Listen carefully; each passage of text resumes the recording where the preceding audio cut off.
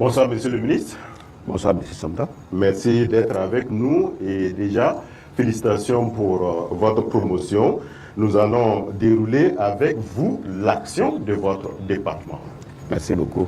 Bonsoir, madame Koulibaly. Bonsoir, monsieur le ministre. Alors, il faut dire que plusieurs opérations audacieuses ont été menées sur le théâtre des opérations, avec à la clé la reconquête de nombreuses zones longtemps restées aux mains de l'ennemi.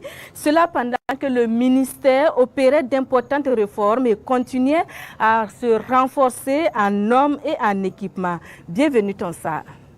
Sangaré Kalirou, alias Abdul Kalirou, cadre terroriste autrefois actif dans la province de Sourou, neutralisé le 10 février 2025. Kalidou, chef terroriste opérant depuis le parc d'Arli, éliminé lors d'une opération dans la zone de l'Est le 1er avril 2025. Abdul Badré et Abou Suleiman, cadres terroristes mis hors d'état de nuire dans une attaque repoussée où les ennemis se comptaient par centaines sur la base de Foutouri. Nous sommes en août 2025. Lui est éliminé au mois de novembre.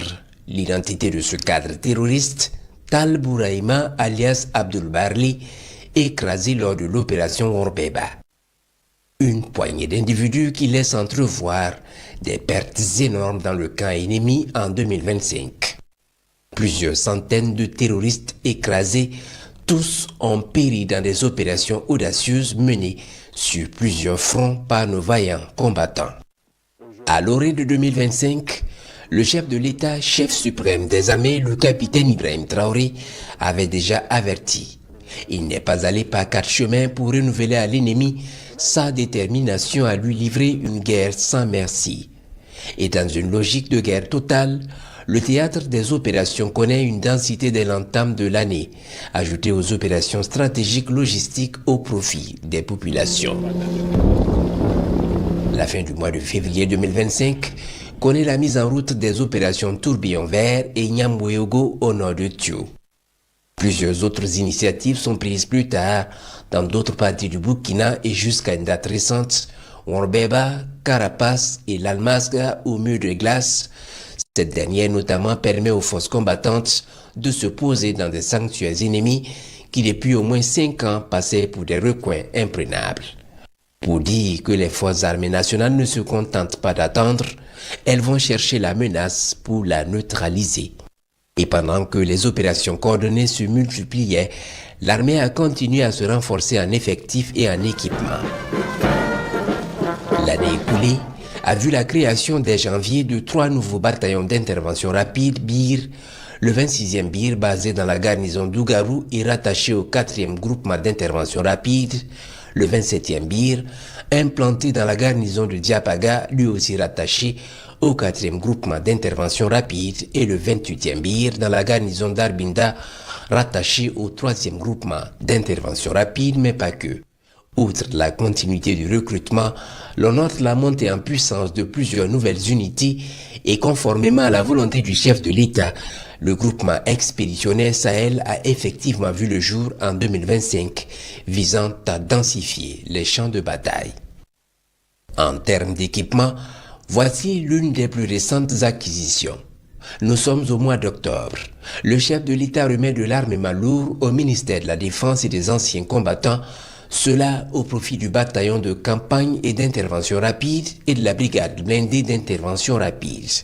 Des canons d'assaut, des systèmes lance-roquettes multiples modulaires, des systèmes de mortiers obusiers, des équipements de dernière génération qui se distinguent par leur mobilité et leur puissance de feu. 2025 voit le lancement officiel en septembre de l'Institut de l'enseignement militaire supérieur Tiefo Amoro. Il vise à doter le Burkina Faso d'une capacité endogène en matière de formation et d'enseignement militaire supérieur, un institut qui regroupe 3 structures stratégiques, l'école de guerre, l'école d'état-major et le centre de doctrine des forces armées nationales. Il s'agit d'un milieu à travers lequel le Faso forme une élite militaire nationale tournée vers la réflexion sur la guerre et la recherche de la paix.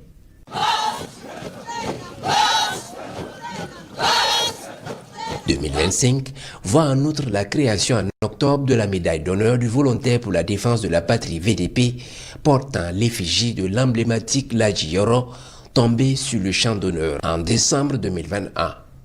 Cette médaille vise à récompenser l'engagement, la bravoure et le sens du sacrifice de ces milliers de civils qui combattent aux côtés des forces de défense et de sécurité pour la reconquête du territoire national. Et au moment où les efforts de reconquête s'annoncent beaucoup plus déterminantes, le ministre en charge de la Défense est promu général de division, preuve d'une confiance renouvelée des plus hautes autorités en lui et surtout d'une responsabilité beaucoup plus grande. Voilà pour le résumé, mon général. Une fois de plus, félicitations pour votre promotion. Merci beaucoup. Alors, dites-nous, comment est-ce que vous avez abordé l'année 2025 avec quels défis sur le plan de la reconquête du territoire? Merci bien. Avant tout propos, permettez-moi d'abord de vous remercier de me recevoir ce soir à Grand Show et RTB. Merci également au salut public qui est avec nous ce soir. Et avant tout propos également, permettez-moi de rendre un hommage mérité et que nous ayons tous une pensée pieuse pour nos braves forces de défense et de sécurité, nos VDP, et toute la population burkinabé dans sa résilience et dans son combat effréné contre cette guerre injuste qui nous est imposée. Une guerre de l'impérialisme dont le but essentiel, c'est d'empêcher notre développement, c'est de nous maintenir dans le sous-développement, dans la précarité, afin qu'eux ils puissent profiter de nos richesses et avoir le confort pour les populations au détriment des nôtres. Permettez-moi également, en ce début d'année 2026, de souhaiter à la RTB bonne et heureuse année 2026. Merci, monsieur le Et à l'ensemble de la population burkinabé, que l'année 2026 soit une année de paix, de santé, de prospérité, et que ce soit une année également d'inspiration à tout le monde, à tous les niveaux, pour qu'ensemble, nous puissions avoir les idées nécessaires pour mettre fin très rapidement à cette guerre injuste. Pour relever les défis. Et pour relever également les défis. Quand je parle d'inspiration, je souhaite que cette inspiration se touche ceux qui se sont trompés de chemin, qui ont été manipulés, et que l'inspiration les amène à savoir qu'ils se sont trompés et qu'ils sont en train de détruire leur propre pays au bénéfice des puissances coloniales. Donc, revenant à votre question, nous avons abordé l'année 2025, comme vous le savez, dans l'esprit de la reconquête totale du territoire burkinabé, de sa stabilisation et de la consolidation de la paix. Et comme vous avez pu le constater à travers votre capsule, l'année 2025 a été une année d'offensive. D'offensive contre l'ennemi, mais aussi de réformes structurelles des forces armées nationales.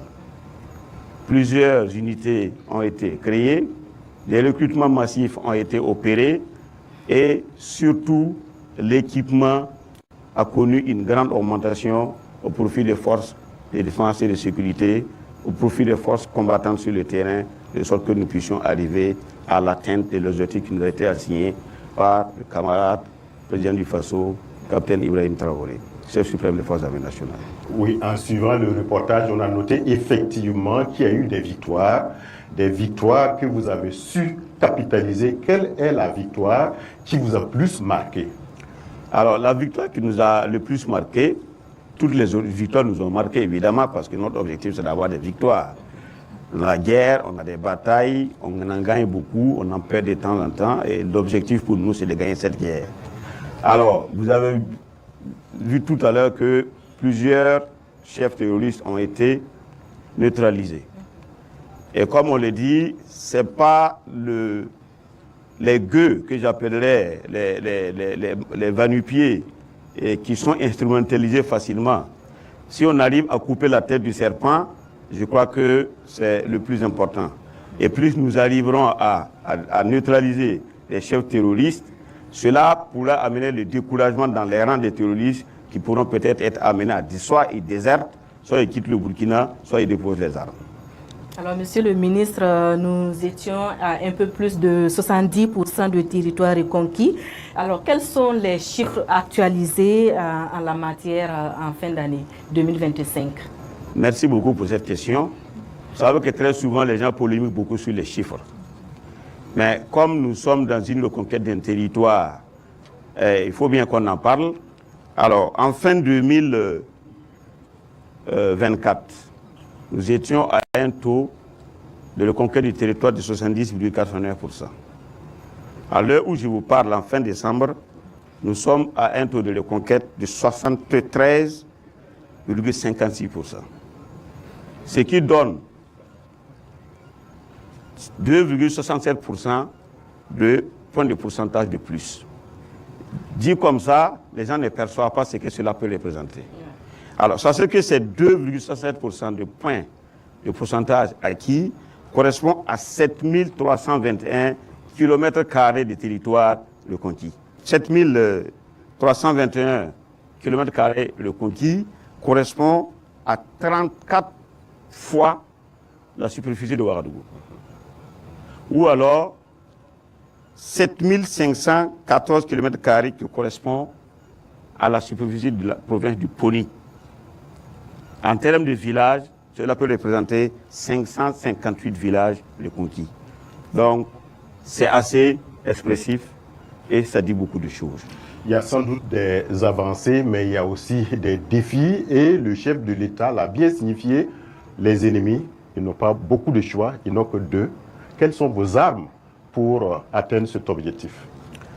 Alors, effectivement, le chef de l'État était très clair.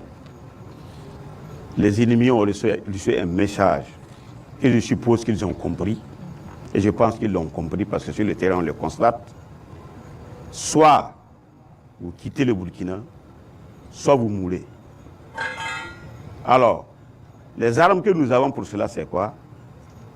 C'est les réformes que nous sommes en train d'opérer au sein des forces armées nationales.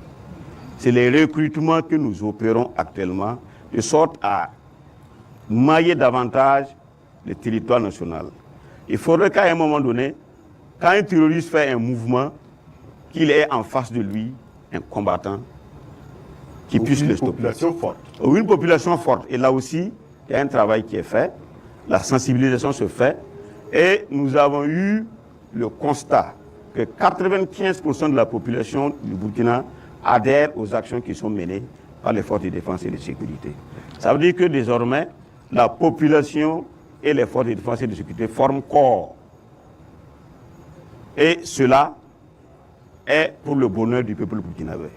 Comme on le dit, la guerre est une mauvaise chose. Elle est mortifère, elle détruit le tissu économique, elle détruit l'infrastructure, mais il y a des leçons à tirer.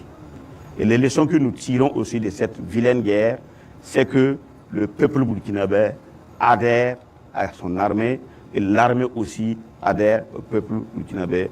Et chacun sait que l'un et l'autre là pour la protection de la population. Les forces de défense et de sécurité ont pris le sacerdoce et l'engagement en embrassant ces métiers difficiles de protéger ce qu'on a le plus cher, c'est notre population, notre peuple et notre drapeau.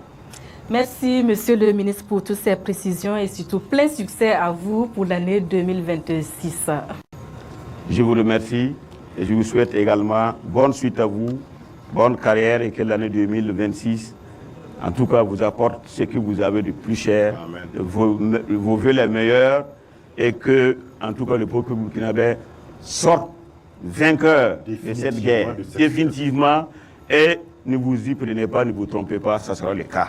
Merci beaucoup. Et j'invite l'ensemble du peuple à être derrière son armée, à pousser et à croire à la victoire. Merci, Monsieur le ministre. Merci.